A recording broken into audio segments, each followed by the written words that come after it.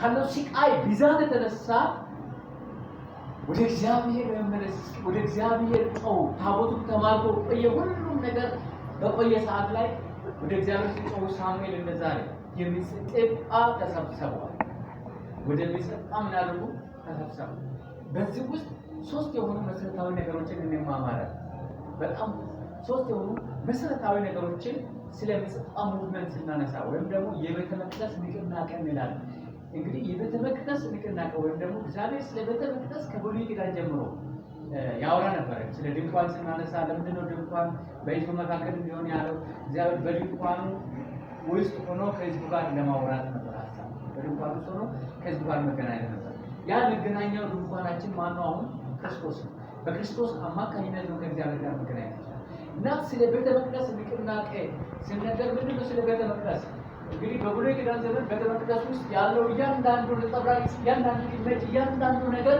ስለመጣው መሲህ ነበር የሚያው አሁን ወደ አዲስ ኪዳን ደግሞ ስንመጣ ቤተክርስቲያን መጽሐፍ ቅዱስ ቤተክርስቲያን የሚለው ዳግም የተወለዱትን አማኞች የአማኞች ህብረት ቤተክርስቲያን ነው እንደገና ደግሞ በተናጠል እኛ ኢንዲቪጁዋሊ ምንድነው ተምሮች ነው ያ ማለት የሥላሴ አምላክ የትራይብ ጋር መገኛዎች ነን እኛ ውስጥ እግዚአብሔር ያደረገው እና እግዚአብሔር ይሄንን በተመቅደስ ይናፍቅ ነበር ለዛ ነው ስለ ቤተ መቅደስ አሁን እኛ እዚህ ተሰባሰብንበት ምክንያት የቤተ መቅደስ የመስራት ንቅናቄ ለማድረግ ያ ማለት በሌላ አነጋገር የወንጌል ንቅናቄ ማለት ምድርን ሴቭ የማድረግ ማለት እኛ የሚንቀሳቀስ ተንቀሳቃሽ ቤተ መቅደሶች ምን ማለት ነው ሙባረክ ተንብል በሄድንበት ሁሉ የእግዚአብሔር ህልውና የሚገለጥበት በሄድንበት ሁሉ የእግዚአብሔር የክብሩ ብርሃን የክብሩ ነጸብራቅ የሚታይበት ሙባረክ ተንብሎች ሥላሴ አምላክ የሚኖርበት እግዚአብሔር ከኛ ጋር ይሁን ስለዚህ ስለ ቤተ መቅደስ ንቅናቄ ስናወራ ይሄ ነው ቤተ መቅደሱ በሀገር ላይ ወደ ተራራ ወጥቶ ይጨትል ማጥቶ በተለይ ስሙ ጥሪቱ ሙሴ እኔ በተራራው ላይ ባሳየው በዚያ ንድ ድንኳኑ ሰራለ ድንኳኑ ተዘክራለ ያን ያለው እግዚአብሔር ዛሬ የሚፈልገው ቤተ መቅደስ ዛሬ የሚፈልገው ቤተክርስቲያን ያንን ማየት ይፈልጋል ያን የሚፈልገው አይነት ቤተክርስቲያን ምን አይነት ቤተክርስቲያን ነው የኦንሊ ምስጢር ቤተክርስቲያን በክርስቶስ ላይ ተጨማሪ ነገር ይዞ እግዚአብሔር ማለት አይደለም ለምሳሌ አሁን የመልካም ስራ ንቅናቄ አለው ሳያውቁ የህግ ንቅናቄ ያደርጋሉ ሳያውቁ ብዙ ነገር በክርስቶስ በዚህ ኦንሊ ላይ ጨምሮ የሚያደርጋሉ ምንም ጥያቄ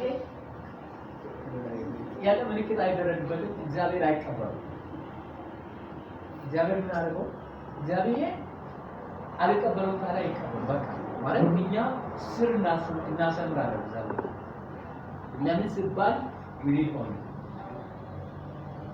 የእግዚአብሔር ኃይል እንዲገለጥ ይፈልጋል ከተማው እንዲድን ይፈልጋል ኢትዮጵያችን እንዲድን ያ ብቻ አይደለም ብዙ ነፍሳት ወደ እግዚአብሔር መንግስት እንዲጎርፉ ይፈልጋል ያይነት ማለት ትውልድ እንዲድን ይፈልጋል መንግስትን ማትረፍ ይፈልጋል ለምን መንግስትን ማዳን የሚችለው ቤተክርስቲያን ብቻ ነው የመንግስት ተስፋ ናቸው ማለት ኦንሊ ላይ ይቆማል የትውልድ ተስፋ ናቸው የነገም ተስፋ ናቸው ያፉል ነው አሁን እኛ ያን ተስፋ የተሞላልን አሁን እግዚአብሔር በእኛ ላይ ሆኖ አሁን በሚገርም ኃይል እየሰራ ያለ የእግዚአብሔር ሞባይል ተክሎች ክብር ለጌታ ይሁን በጣም አስደናቂ ነው ስለዚህ ከዚህ ከስብከቱ በኋላ ወንጌሉ